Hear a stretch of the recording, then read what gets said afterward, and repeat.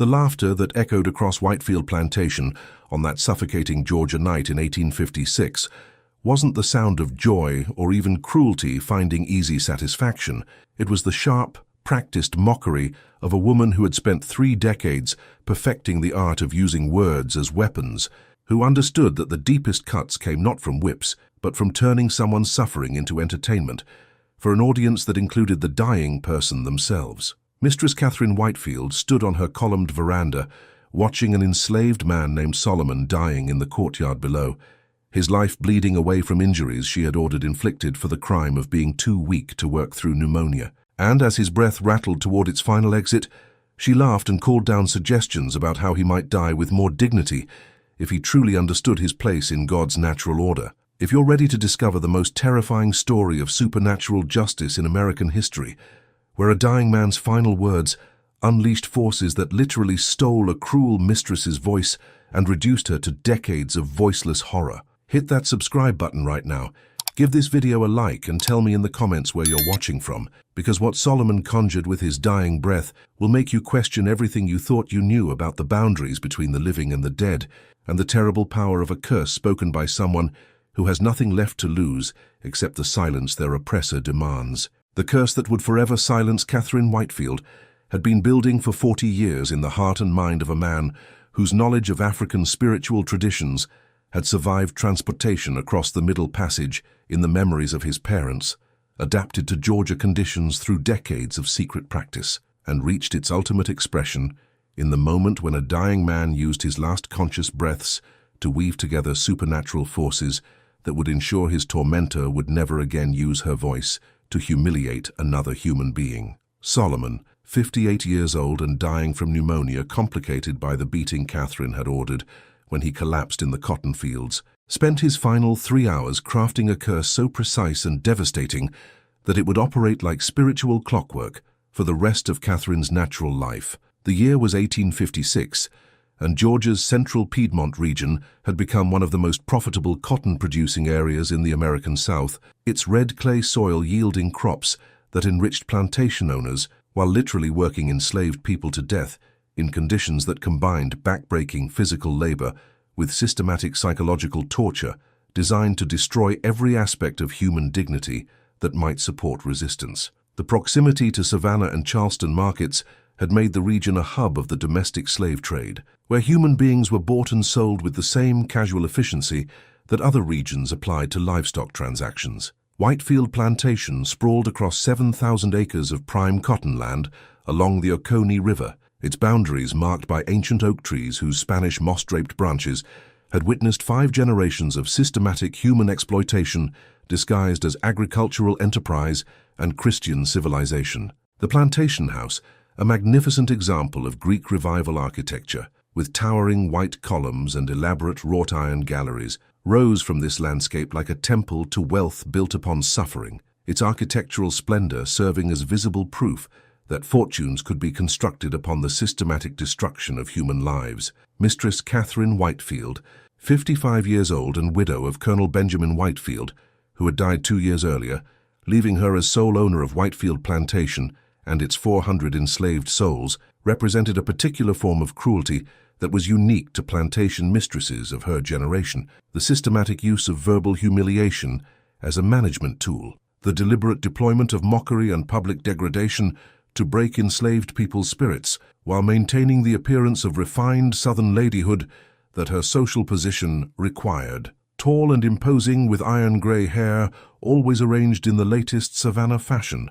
and cold blue eyes that seemed incapable of recognizing suffering in faces that didn't reflect her own complexion. She had transformed Whitefield into what enslaved people throughout the region called the Plantation of Bitter Words. Catherine's reputation throughout central Georgia was paradoxical. She was simultaneously admired by white society for her successful management of a large plantation without male assistance, and whispered about for cruelties that shocked even hardened slaveholders who were accustomed to violence as a routine aspect of plantation operations. Her particular genius for torment lay in her understanding of how words could inflict wounds that lasted longer than physical scars, how public humiliation could destroy a person's sense of self-worth more effectively than any whipping, and how mockery witnessed by a community could serve as ongoing psychological torture long after the immediate incident had ended. The enslaved population of Whitefield lived in conditions that combined the physical brutality of cotton cultivation with the psychological warfare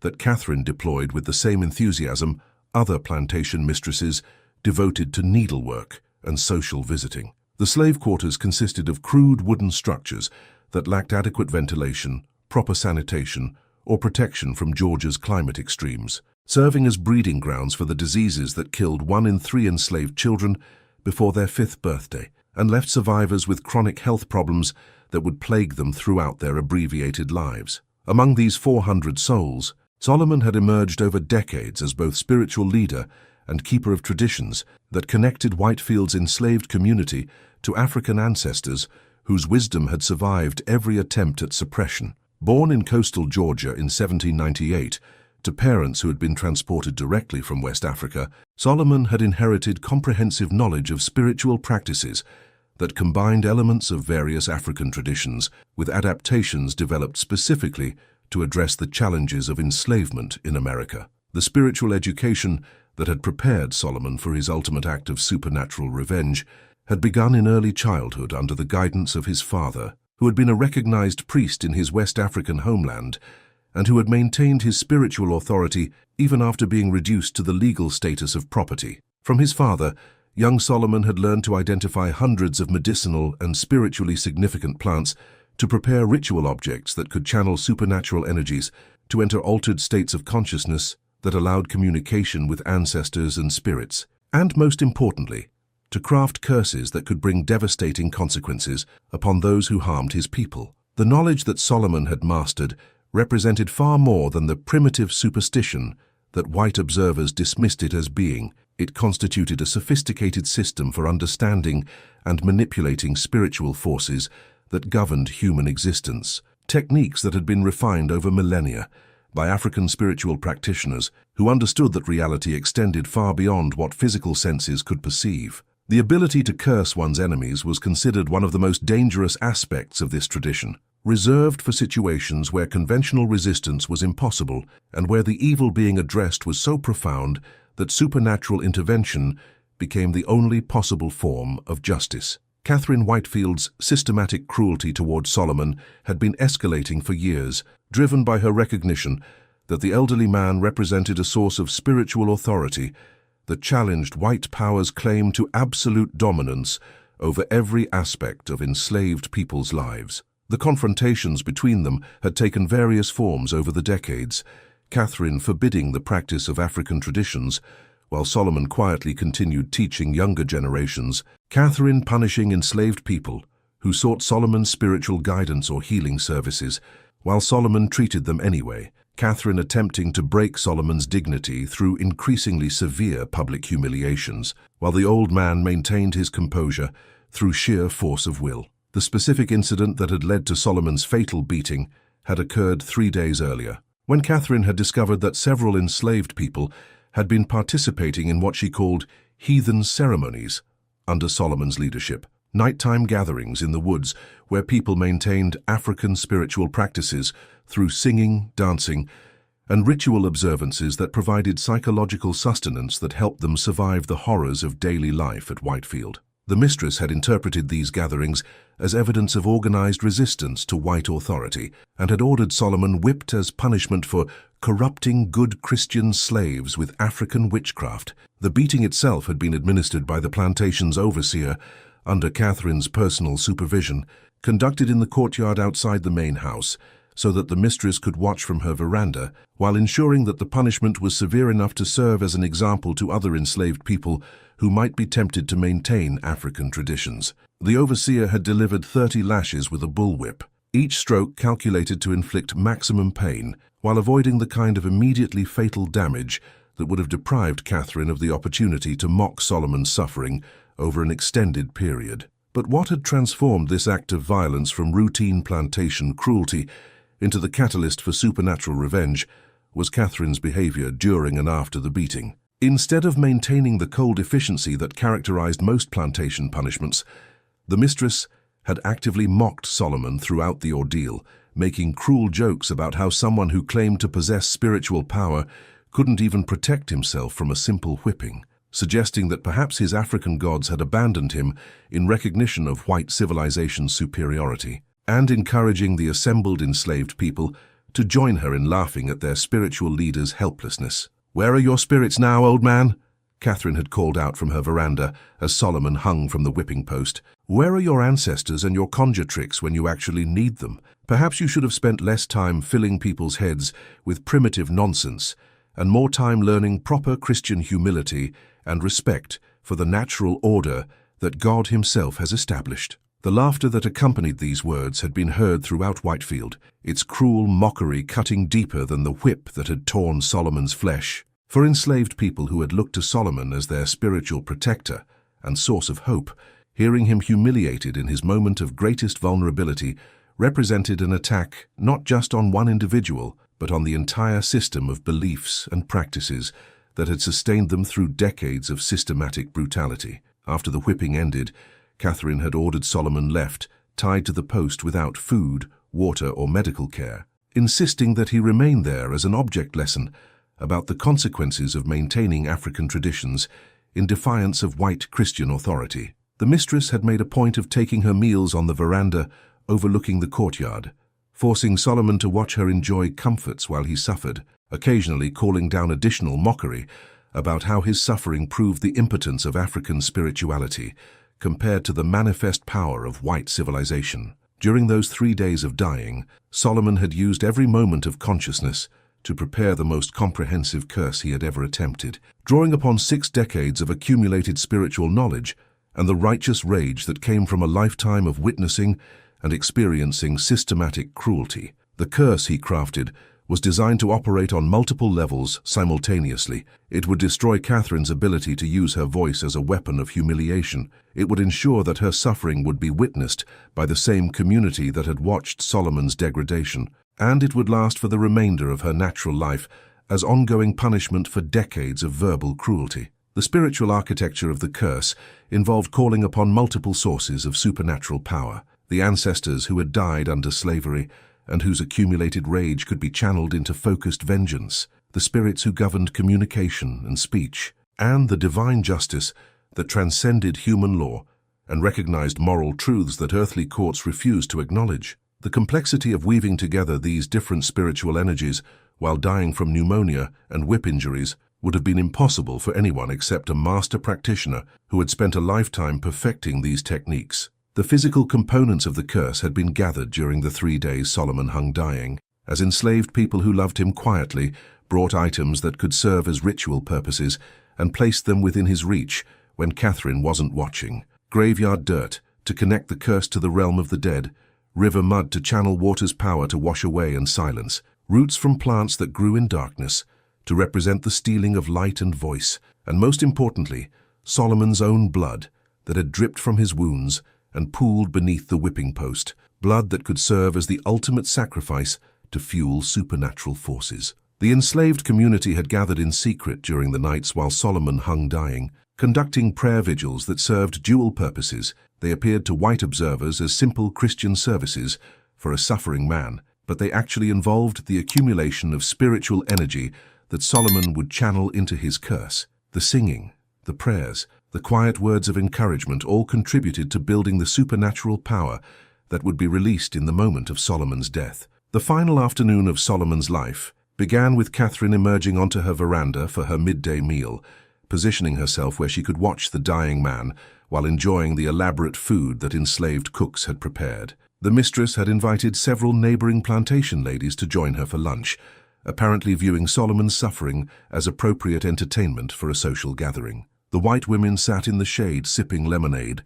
and discussing the latest savannah fashions, while occasionally glancing at the dying black man in the courtyard below with the same casual interest they might show toward any unpleasant but necessary aspect of plantation management. "He's still breathing," one of the visitors observed with mild surprise. "I would have thought 3 days without food or water in this heat would have finished him by now." "He's remarkably stubborn," Catherine replied with evident satisfaction. "But that just means he has more time to contemplate the error of his ways Every hour he spends dying out there is an hour that my other slaves are learning what happens to those who think they can maintain their heathen practices on my property. The curse that Solomon had been preparing during those 3 days of agony reached its completion as the afternoon sun began its descent toward the Georgia horizon. The old man's eyes, which had been closed for hours, suddenly opened with a clarity and intensity that seemed impossible for someone so close to death. His mouth, which had been silent except for occasional moans of pain, began to move as he spoke words in languages that combined West African dialects with spiritual terminology that served purposes beyond normal communication. The enslaved people who had been secretly maintaining their vigil understood immediately that Solomon was beginning the final phase of his working, the moment when accumulated spiritual power would be focused and directed toward its target with the full force of a dying man's righteous curse. They had witnessed lesser curses before and had heard stories from older generations about the terrible power of a dying curse properly executed, but none of them had ever been present for anything of this magnitude. The words that Solomon spoke grew louder and more forceful despite his failing body, his voice seeming to draw strength from sources beyond the physical as he called upon every spiritual entity that had reason to support his cause. The ancestors who had died in chains, the spirits who governed communication and speech, the divine forces that recognized truth and demanded justice, all of these were invoked and bound into the curse that would be delivered in the moment of Solomon's death. Catherine noticed the commotion and stood from her luncheon table to look down at the dying man with contempt mixed with unease. "Someone silence that noise," she called out to the overseer. "I won't have my meal disturbed by an old slave's ravings." But before anyone could move to stop him, Solomon raised one shaking hand and pointed directly at Catherine standing on her veranda above. The gesture was unmistakable, and the words that followed would be remembered and repeated by every enslaved person at Whitefield for generations to come. "You who laughed at my dying." Solomon's voice rang out with supernatural clarity that seemed impossible given his condition. "You who mocked my pain and made entertainment of my suffering, while your friends sipped their drinks and smiled. The spirits have heard your laughter, and they will answer it with your silence. Before this moon wanes, your voice will betray you as your heart has betrayed all mercy. You will open your mouth to humiliate, and no sound will come. You will try to mock and find only silence. You will spend the rest of your days unable to speak the cruelties that have been your weapon and your pleasure. This I curse with my dying breath, by the power of the ancestors, by the justice of the spirits who govern speech, and by the righteousness of my cause. Your voice is mine now, and I take it into the darkness with me. So let it be." The silence that followed these words was absolute, as if the entire plantation had frozen in anticipation of what would come next. Solomon's hand dropped back to his side. His eyes closed for the final time, and with a last rattling breath that seemed to carry his spirit into the other world, he died tied to the post where Catherine's cruelty had placed him. The laughter that Catherine forced from her throat in response to the curse was hollow and uncertain, lacking the genuine cruelty that had characterized her earlier mockery. "Superstitious nonsense," she announced to her guests, though her voice carried an edge of anxiety that hadn't been present before. "The old man died raving, as ignorant slaves often do. Let this be a lesson about what happens to those who refuse to abandon their primitive beliefs." But even as Catherine spoke these dismissive words, she felt a strange sensation in her throat. Not pain exactly, but a tightness, a sense that something had shifted in ways she couldn't quite identify. She cleared her throat and tried to continue speaking, but her voice came out rougher than usual, strained, as if she had to push the words through an invisible barrier that hadn't existed moments before. The stage was set for the supernatural destruction of Catherine Whitefield's most powerful weapon, her voice and her ability to use words to humiliate and control. The curse that Solomon had unleashed with his dying breath was about to prove that some forms of justice transcended earthly power, and that the mockery of the dying sometimes carried consequences that no amount of wealth or social status could prevent. The spiritual education that had prepared Solomon to deliver the most devastating curse in Georgia history had begun in 1803 on the coastal rice plantations near Savannah, where his father, a man called Adisa, who had been captured in what is now Benin and transported across the Middle Passage with his spiritual knowledge intact, had recognized in 5-year-old Solomon the qualities needed to carry forward traditions that slaveholders desperately tried to eradicate.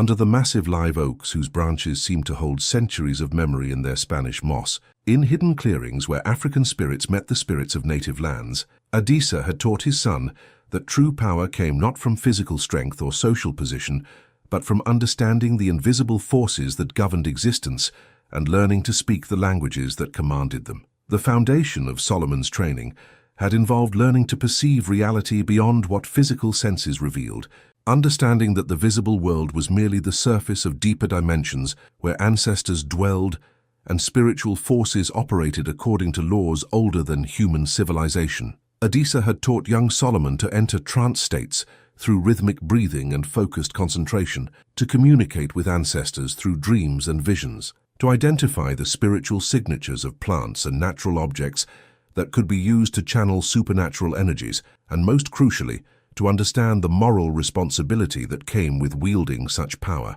The ability to curse, to direct destructive spiritual energy toward a specific target with devastating precision, was considered the most dangerous aspect of African spiritual practice, a technique that required not only technical mastery, but also moral clarity about when such power should be deployed. Adisa had been explicit in his teachings about cursing. It was never to be undertaken for petty grievances or personal advancement. It required absolute certainty that the target deserved supernatural punishment for profound evil, and the practitioner must be prepared to accept that directing such forces involved karmic consequences that might extend across lifetimes. But Adisa had also taught that there were circumstances where cursing became not merely permissible, but morally necessary. When evil was so systematic and profound that earthly justice was completely absent, when the suffering inflicted was so extreme that supernatural intervention represented the only possible form of accountability, and when a practitioner possessed both the skill and the righteousness needed to channel ancestor power without corruption. The dying curse represented the ultimate expression of this tradition, combining the spiritual authority of someone transitioning between worlds with the moral weight of someone whose suffering gave them the right to demand divine retribution. Solomon's mastery of these techniques had been refined over 5 decades of secret practice at Whitefield Plantation, where he had served as both field hand and spiritual leader to an enslaved community, desperate for sources of hope and dignity that white authority couldn't control or destroy. His healing work had encompassed not only physical ailments treated with herbal medicines, but also spiritual afflictions caused by the psychological trauma of enslavement, helping people maintain their sense of humanity in conditions designed to reduce them to the status of livestock, providing rituals that connected them to ancestors and traditions that predated their current suffering, and offering hope that justice would ultimately prevail even when earthly power seemed absolute. The spiritual gatherings that Solomon had led in the woods beyond the plantation's cultivated fields had served multiple purposes that Catherine Whitefield had never understood, despite her determination to suppress them. On the surface, they appeared to be simple religious services, combining African and Christian elements in ways that enslaved people throughout the South had developed to preserve their traditions under conditions of forced conversion. But at deeper levels, these gatherings involved the accumulation and transmission of spiritual knowledge, the strengthening of community bonds that help people survive systematic brutality, and the maintenance of connections to ancestors whose wisdom and power remained available to their descendants despite the ocean and centuries that separated them. Catherine Whitefield's transformation into one of Georgia's most feared plantation mistresses had been gradual, shaped by a Charleston upbringing that had taught her enslaved people were inherently inferior beings, whose suffering was either divinely ordained or simply irrelevant to white moral consideration. But her particular genius for verbal cruelty had developed after her marriage to Colonel Benjamin Whitefield, whose approach to slave management had emphasized psychological control as being more effective than simple physical violence in maintaining long-term submission and productivity. The education in cruelty that Catherine had received from her husband had been systematic and deliberate. As the colonel believed that plantation mistresses needed to master psychological warfare if they were to effectively manage enslaved domestic workers who had daily access to white families' most intimate spaces and vulnerable moments. He had taught Catherine that public humiliation was more effective than private punishment because it created ongoing psychological trauma that extended far beyond the immediate incident. That mockery witnessed by a community served as constant reinforcement of enslaved people's supposed inferiority, and that verbal cruelty left no physical scars that might trouble visitors or damage the property value of enslaved people who could still be sold. The specific techniques that Catherine had developed over 3 decades represented a sophisticated understanding of how to use words as weapons that inflicted wounds deeper than any whip. She had perfected the art of asking questions designed to force enslaved people into positions where any answer would be treated as evidence of ignorance or insolence. "Why are you so slow?" had no good response, because admitting weakness invited punishment, while claiming competence would be treated as arrogance. She had mastered the timing and delivery of mockery that turned someone's suffering into entertainment for an audience, transforming a person's pain into a spectacle that reinforced racial hierarchies while providing amusement for white observers. The psychological architecture of Catherine's cruelty involved creating situations where enslaved people were forced to participate in their own degradation, where the mere act of responding to her provocations became additional evidence of their supposed inferiority. When she mocked someone's appearance, intelligence, or competence in front of other enslaved people, she was not merely insulting an individual, but forcing an entire community to witness the systematic destruction of someone's dignity, creating trauma that affected everyone present while making it clear that any of them could be next. The specific pattern of cruelty that Catherine had inflicted upon Solomon over the years had been particularly calculated, as she understood that breaking a spiritual leader would demoralize an entire community more effectively than punishing random individuals. She had made a practice of publicly questioning Solomon's spiritual claims, asking him to predict the future or perform miracles on command, then mocking him when he explained that African spiritual practice didn't work according to white people's cartoon understanding of magic. She had forced him to watch as she punished people who had sought his spiritual guidance, making it clear that maintaining African traditions brought consequences not just for practitioners, but for everyone who associated with them. The confrontation that had led to Solomon's fatal beating had been building for months, as Catherine had become increasingly frustrated with evidence that her verbal cruelty wasn't succeeding in suppressing African spiritual practices at Whitefield. The nighttime gatherings in the woods had continued, despite her prohibitions. People still sought Solomon's healing and spiritual guidance despite knowing it might bring punishment, and most infuriatingly, Solomon himself had maintained his dignity and spiritual authority, despite decades of systematic attempts to break him through mockery and humiliation. The decision to have Solomon whipped to death had been made with full awareness of what the consequences would be, as Catherine understood that an elderly man's body couldn't survive the kind of severe beating she intended to order. The fatal punishment had been designed not merely to kill Solomon, but to destroy the hope that his spiritual leadership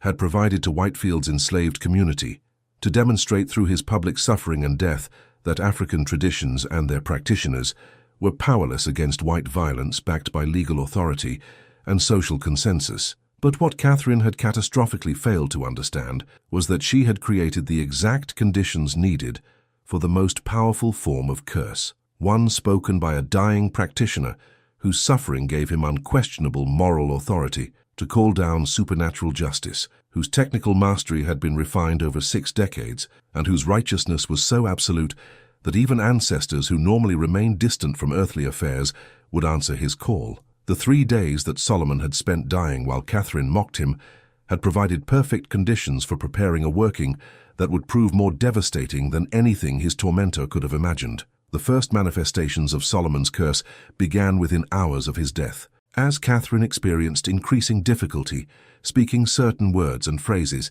that she had routinely used for verbal cruelty. The word stupid came out slurred and unclear, forcing her to repeat it multiple times before achieving comprehension. The phrase lazy Negro tangled her tongue in ways that made the words almost unintelligible. Her elaborate insults and cutting remarks, weapons she had spent decades perfecting, suddenly felt awkward and forced, as if she had to push them through an invisible barrier that hadn't existed before Solomon's death. By the evening of the first day, Catherine had developed a hoarseness that she initially attributed to having spent too much time outside in the afternoon heat, though she couldn't remember actually feeling hot or exerting her voice more than usual. The hoarseness didn't improve with rest as expected. Instead, it intensified throughout the night, until by morning, her voice had developed a rough, strained quality that made normal conversation difficult and elaborate mockery nearly impossible.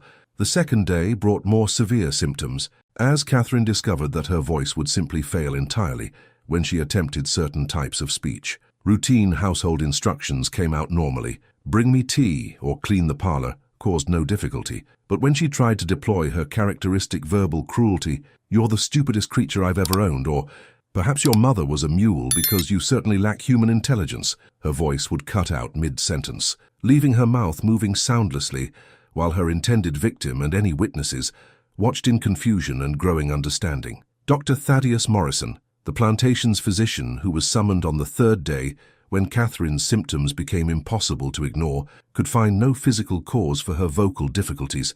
His examination revealed no inflammation of the throat, no signs of infection or injury, no obvious reason why her voice should be failing in such a selective and peculiar manner. The symptoms didn't conform to any disease pattern he recognized. The loss of voice was too specific, affecting only certain types of speech, while leaving other verbal functions intact. "I've never encountered anything quite like this," Dr. Morrison admitted to Catherine's concerned relatives who had gathered at Whitefield. "The vocal apparatus appears completely normal, yet Mrs. Whitefield experiences difficulty only with certain phrases and certain types of speech. There are rare neurological conditions that can produce selective language impairments, but those typically develop gradually over months or years, not suddenly over the course of days. The rapid onset and the specific pattern of which speech is affected is highly unusual." What the physician couldn't know, what white science and medicine had no framework to recognize or understand, was that he was witnessing the effects of a dying curse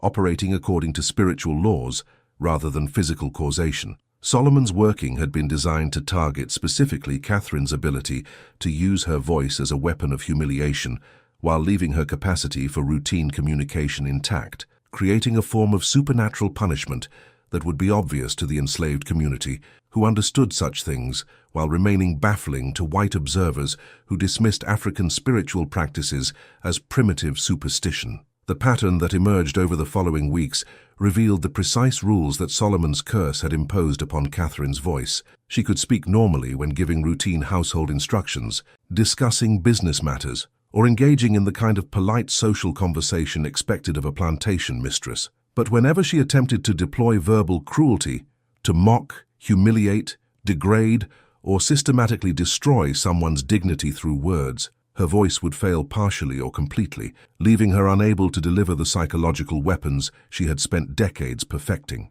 The curse operated with such precision that it seemed to read Catherine's intentions rather than merely her words, responding to the purpose behind her speech rather than to the literal content. She discovered that she could say, "You're incompetent," if she was making a factual assessment about poor work performance, but if she said the same words with the intention of humiliating someone in front of others, her voice would fail. She could ask, "Why did this happen?" as a genuine question, but the loaded, trap-like questions she had used for years to force enslaved people into positions where any answer brought punishment would come out as unintelligible croaks, or not at all. The psychological impact of this selective voice loss was devastating for a woman whose sense of power and control had been built upon her ability to use words as instruments of dominance. Catherine found herself unable to deploy the verbal tactics that had maintained her authority for 3 decades, forced to rely on written instructions and physical gestures that lacked the psychological impact of her characteristic mockery.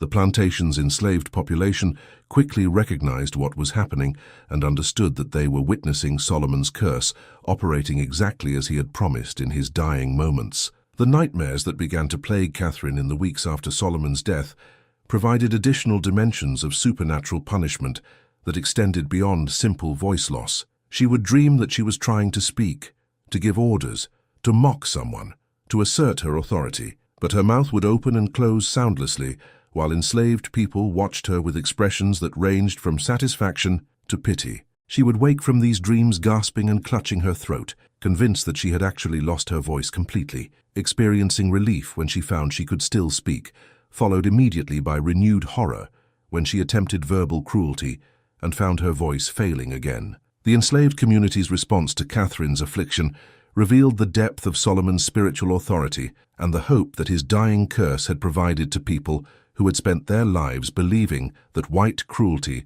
would never face consequences. Ruth Ann, a 40-year-old woman who had been Solomon's closest spiritual student, began teaching younger people about the traditions he had maintained, no longer afraid that Catherine would be able to mock or humiliate her into silence.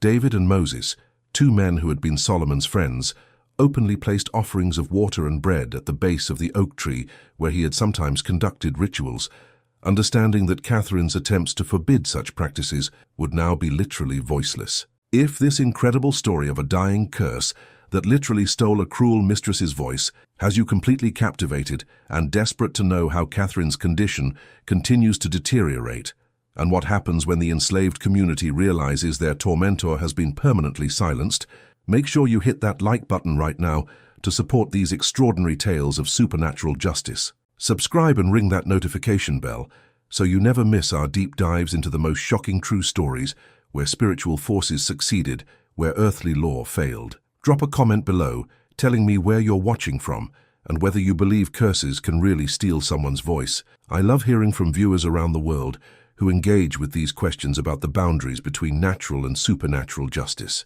The stage was set for the complete fulfillment of Solomon's curse, as Catherine's voice loss would soon progress from selective impairment to something far more comprehensive and devastating, reducing a woman who had ruled through words to decades of forced silence that would serve as permanent punishment for a lifetime of verbal cruelty. The complete fulfillment of Solomon's curse occurred 6 weeks after his death. On a suffocating August evening, when Catherine Whitefield made her final attempt to reassert the verbal dominance that had defined her authority for 3 decades, gathering Whitefield's entire enslaved population in the courtyard for what she intended to be a demonstration that her voice and her power remained intact, despite the strange difficulties she had been experiencing. The spectacle that unfolded instead would become the most talked-about event in Central Georgia's enslaved communities for generations. The moment when a plantation mistress opened her mouth to deliver one of her characteristic verbal destructions and found that Solomon's curse had stolen not just certain words or phrases,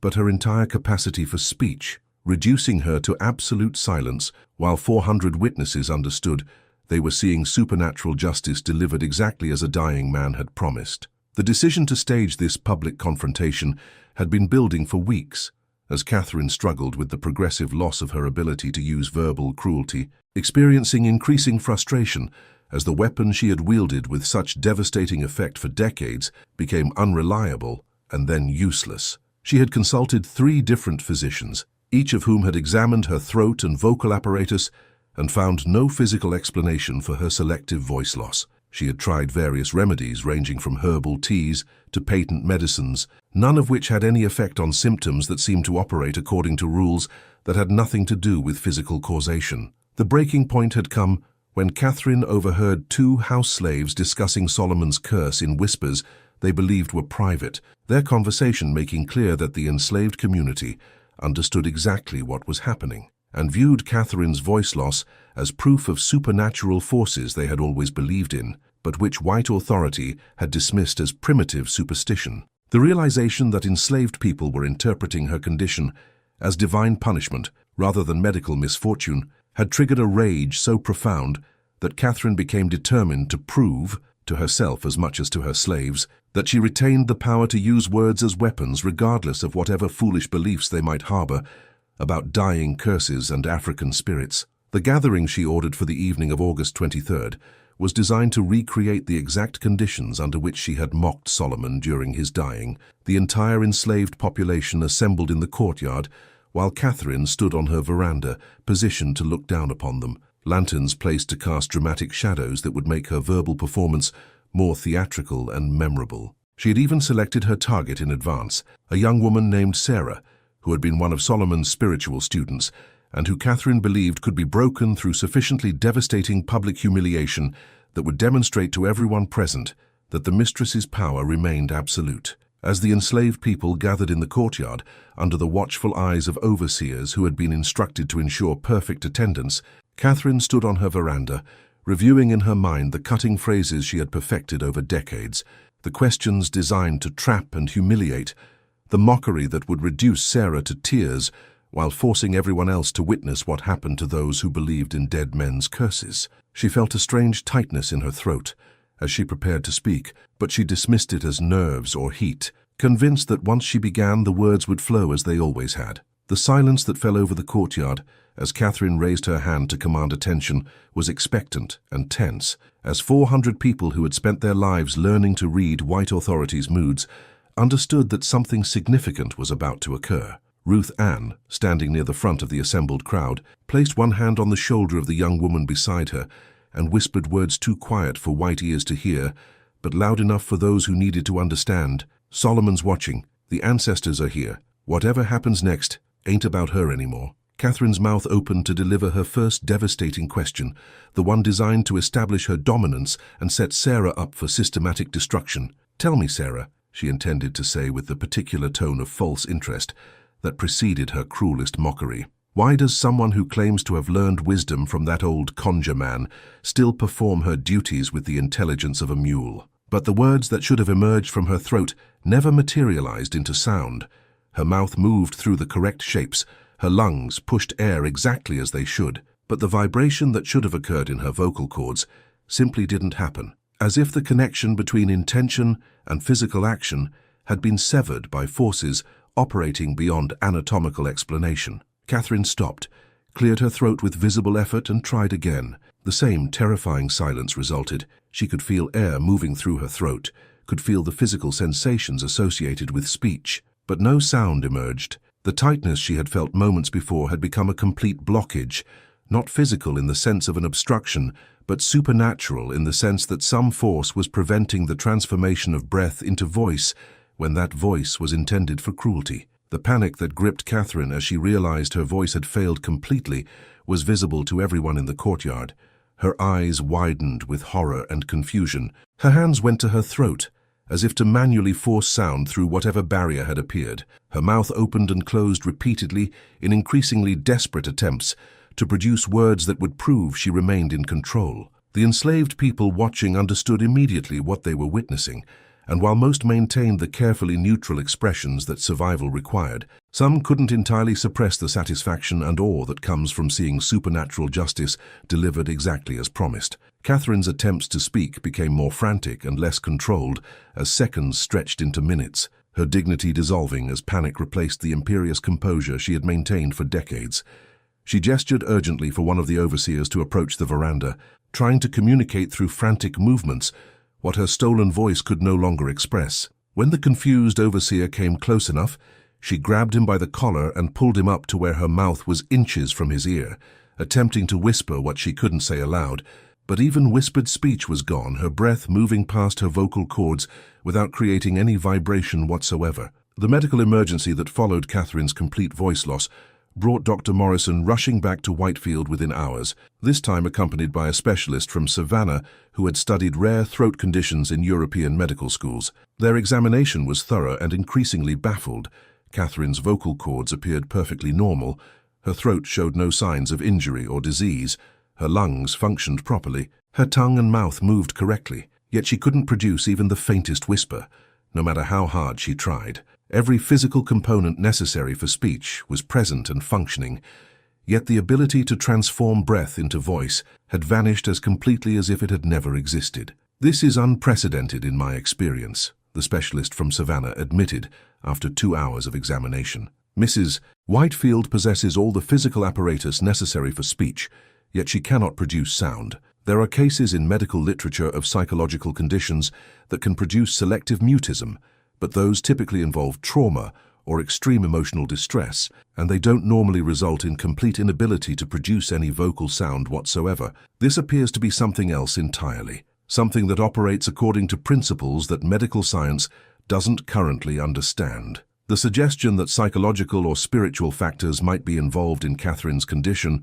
was met with angry rejection from her relatives, who insisted that accepting such explanations would validate the primitive superstitions that they had spent generations trying to suppress among their enslaved populations. But privately, even the most skeptical observers were beginning to acknowledge that Catherine's affliction bore an uncanny resemblance to the curse that Solomon had pronounced with his dying breath, that her voice would be taken from her, that she would be unable to speak the cruelties that had been her weapon, that she would spend the rest of her days in silence. The psychological destruction that Catherine experienced in the days following her complete voice loss exceeded anything that physical torture could have achieved. The woman who had built her entire identity and authority around her ability to use words as weapons found herself reduced to communicating through written notes and gestures, unable to deliver the verbal cruelty that had maintained her power for 3 decades. The frustration of having thoughts and intentions that couldn't be expressed verbally created a kind of internal pressure that had no outlet,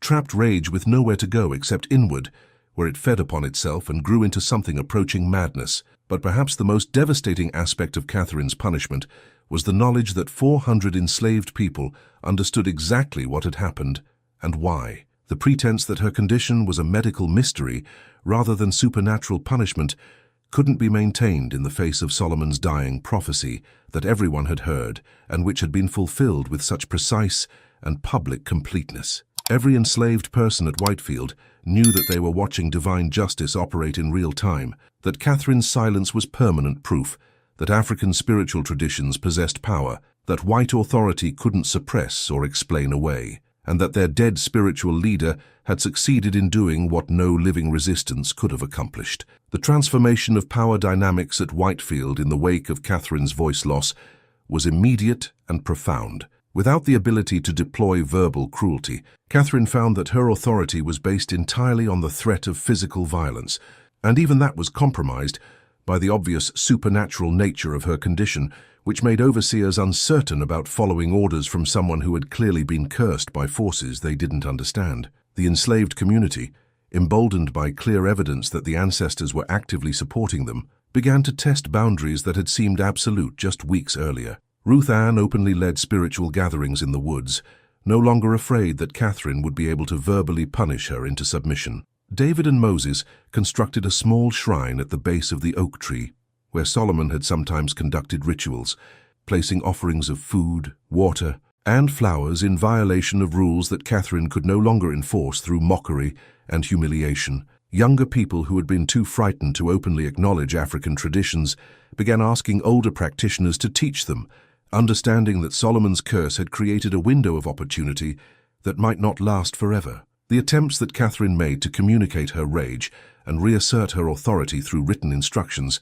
revealed how thoroughly her power had been based on verbal performance rather than the content of her commands. A written note that said, "Punish this slave for laziness," lacked the psychological impact of the elaborate verbal destruction that had characterized her management style. It was a bare instruction rather than a performance that reinforced racial hierarchies while entertaining white observers and traumatizing everyone who witnessed it.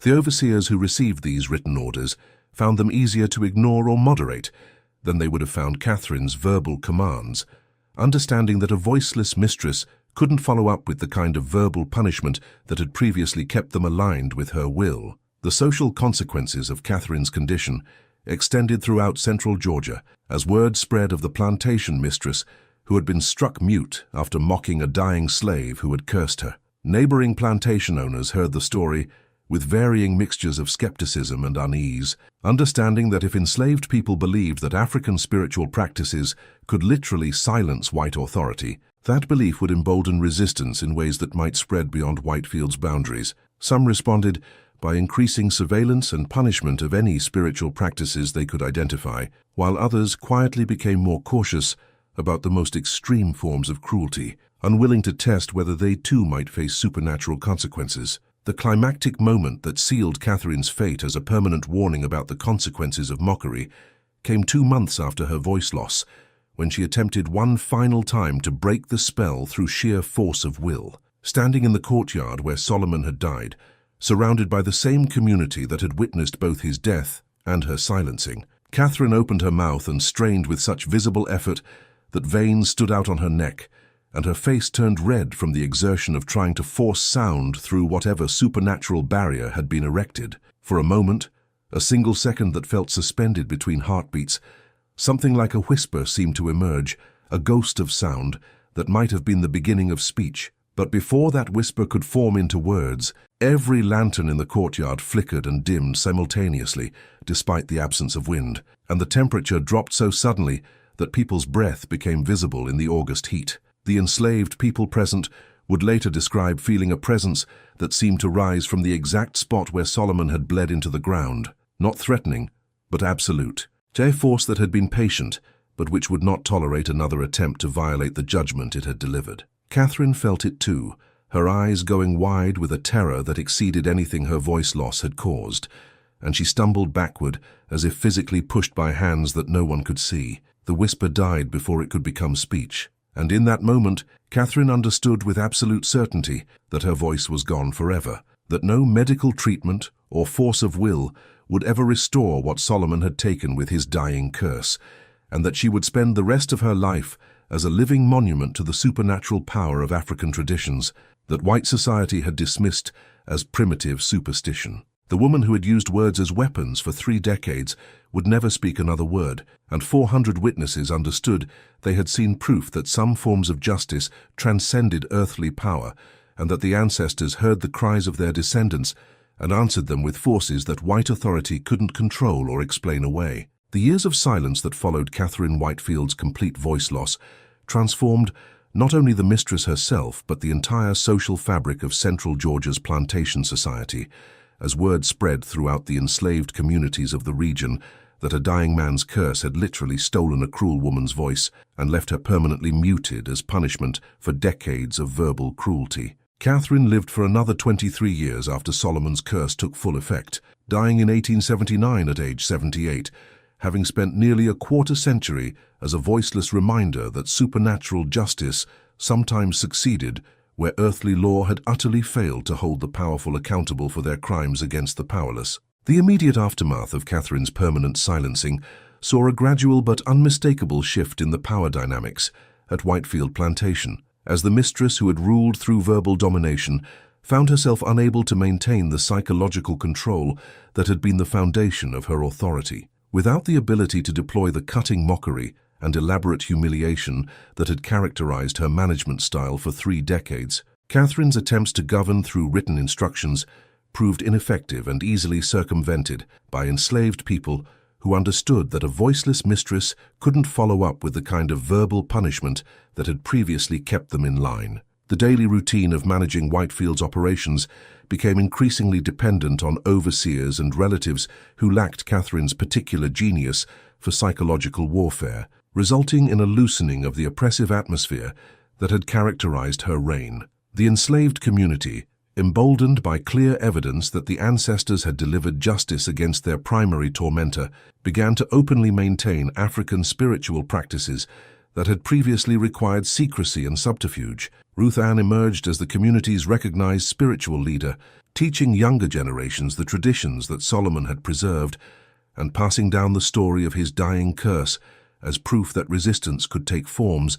that transcended physical confrontation. The transformation of Catherine herself over those 23 years of enforced silence was profound and psychologically devastating. The woman who had built her entire identity around her verbal facility and her ability to use words as instruments of dominance found herself trapped in a prison of silence, unable to express the rage and frustration that consumed her as she watched her authority crumble and her enslaved population openly practice the traditions she had spent decades trying to suppress. The written notes through which she attempted to communicate became increasingly desperate and incoherent, revealing a mind that was slowly fragmenting under the weight of permanent voicelessness. But the curse that Solomon had crafted extended beyond simple voice loss to include ongoing supernatural manifestations that reminded Catherine daily that her silence was not a medical condition, but a spiritual punishment. She would dream repeatedly of Solomon standing in the courtyard pointing at her, while speaking in languages she couldn't understand, but which filled her with inexplicable terror. She would wake to find her bedroom inexplicably cold despite the Georgia heat, with a presence that felt like someone watching from the shadows. She would attempt to write elaborate instructions or complaints, only to find her hand shaking so badly that the words became illegible, as if even written cruelty was being suppressed by forces that demanded her complete silence. The medical community's continued inability to explain or treat Catherine's condition became itself a form of evidence that what had occurred at Whitefield transcended physical causation and entered the realm of supernatural intervention. Dr. Morrison, who examined Catherine periodically throughout her remaining years, documented a case that would eventually be published in medical journals as an example of a condition that challenged contemporary understanding of the relationship between mind, body, and voice. His private journals, discovered after his death and now preserved in George's medical history archives, reveal his gradual acceptance that Catherine's affliction might indeed represent forces that European science had no framework to comprehend. I have spent 40 years practicing medicine on the assumption that all human ailments have physical causes that can potentially be identified and treated, Dr. Morrison wrote in an entry dated 5 years after Catherine's voice loss. Mrs. Whitefield's case has forced me to question that assumption fundamentally.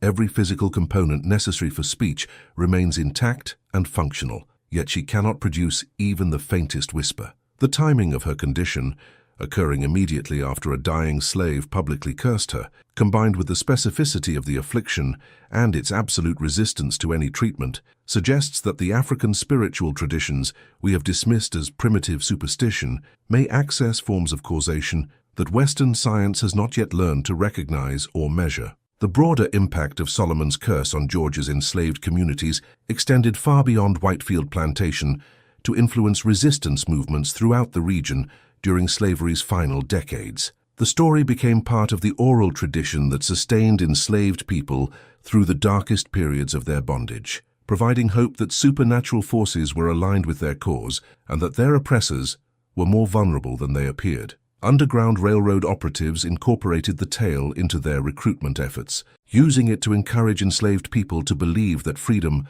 was not merely a distant dream, but a destiny supported by ancestors who possessed the power to afflict their enemies in ways that white authority couldn't prevent or explain. Harriet Tubman, who conducted multiple rescue missions through Georgia during the late 1850s and early 1860s, was reported to have visited Whitefield Plantation during one of her journeys and to have stood in the courtyard where Solomon had died and Catherine had been silenced. According to accounts preserved by formerly enslaved people, Tubman had spoken to the assembled community about the significance of Solomon's curse as evidence that the ancestors were actively working to destroy slavery from within, using whatever tools were available, including the power to strike white authority literally speechless. What happened here is happening everywhere, in ways we can see and ways we can't, Tubman reportedly said. Every time a master loses his voice for no reason doctors can explain, every time an overseer gets struck dumb after threatening someone, every time the people who use words as weapons suddenly can't speak, that's the ancestors at work. Solomon showed you that there are ways to fight back that don't require physical strength or numbers or weapons.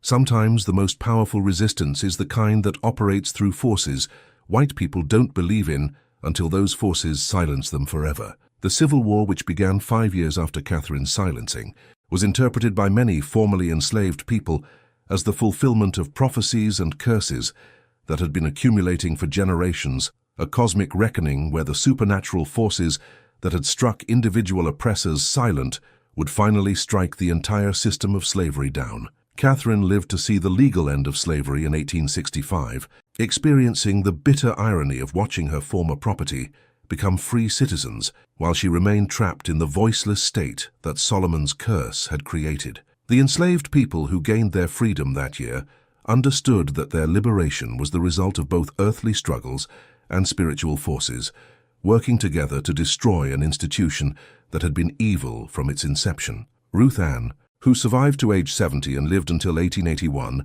spent her post-slavery years as a recognized spiritual leader in Georgia's black community, using the knowledge she had learned from Solomon to provide healing, guidance, and connection to traditions that had sustained her people through centuries of bondage. In interviews she gave late in life to researchers documenting the experiences of formerly enslaved people, she reflected on Solomon's curse and Catherine's silence with a perspective that combined satisfaction at seeing justice delivered with profound sadness about the system that had made such supernatural intervention necessary. Solomon didn't want to curse her, Ruth Ann explained in an interview conducted in 1879, just months before Catherine's death. He spent his whole life trying to help people, trying to heal and teach and keep our traditions alive.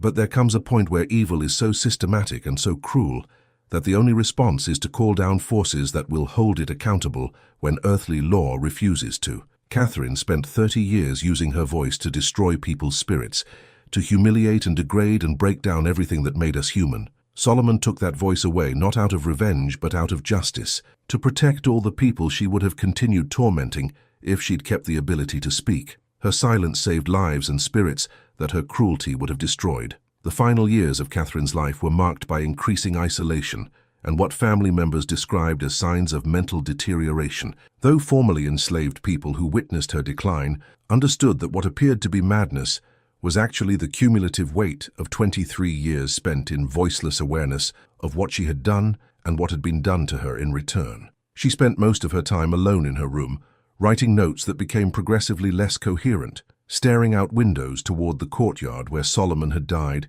and where she had been silenced, experiencing the kind of internal torment that comes from having a mind full of thoughts and rage that have no outlet through speech. Catherine Whitefield died on November 3, 1879, her death attributed to complications from a stroke that had left her paralyzed on one side for her final 3 months. The funeral was sparsely attended by white society, as her years of silence and the circumstances that had caused it had made her a figure of discomfort rather than sympathy. But the black community turned out in significant numbers, not to mourn Catherine, but to witness the final chapter of a story that had become legendary throughout Georgia. The plantation mistress who had been struck permanently mute by a dying slave's curse and who had lived for more than 2 decades as proof that supernatural justice could succeed where earthly law had completely failed. The burial took place in the Whitefield family cemetery on a grey November afternoon, with a brief Christian service conducted by a minister who had never met Catherine and who struggled to find appropriate words for someone whose defining characteristic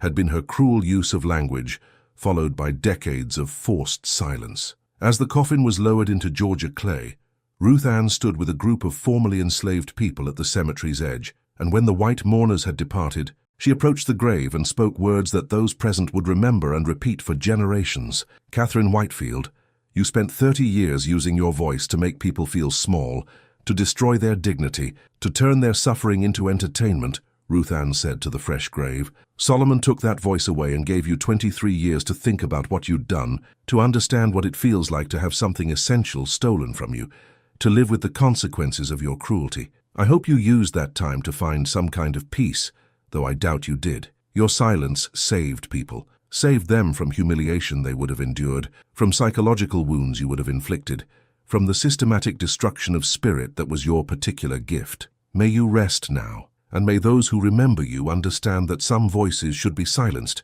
and that the ancestors hear our cries and answer them in ways that earthly power can never prevent." The site where Solomon had died became a place of pilgrimage for formerly enslaved people and their descendants, who came to honor the man whose dying curse had proven that supernatural justice could hold the powerful accountable when human systems refused to do so. The courtyard was eventually converted into a memorial garden, where Solomon's unmarked grave was given a proper stone, bearing an inscription composed by Ruth Ann. Solomon, 1798-1856, spiritual leader and keeper of traditions, whose dying words proved that some voices can never be silenced, and some silences are justice. Modern historians studying the Whitefield incident have documented extensive testimony from formerly enslaved people and their descendants, creating a comprehensive record that challenges conventional assumptions about the boundaries between natural and supernatural causation.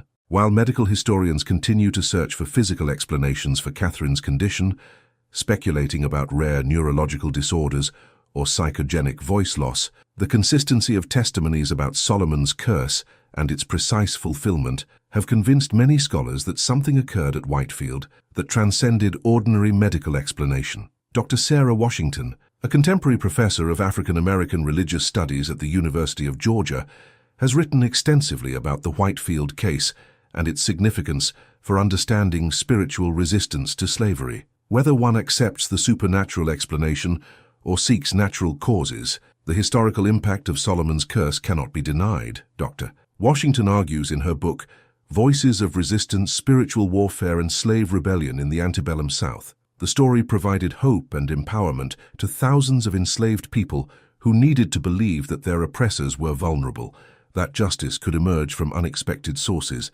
and that they possessed spiritual resources that slavery couldn't control. That psychological and spiritual impact was real and consequential, regardless of the mechanism by which Catherine actually lost her voice. The legacy of Solomon's curse extends into contemporary discussions about justice, accountability, and the power of marginalized communities to resist oppression using whatever tools are available to them. The story serves as a reminder that those who seem powerless may possess resources that their oppressors fail to recognize until it's too late, that mockery of the dying can carry consequences that transcend the boundaries between life and death, and that some forms of justice operate according to laws that earthly courts have no jurisdiction to enforce or prevent. The incredible story of Solomon's dying curse and Catherine Whitefield's permanent silence challenges us to consider forms of justice that operate beyond conventional understanding, to recognize the spiritual resources that sustained enslaved communities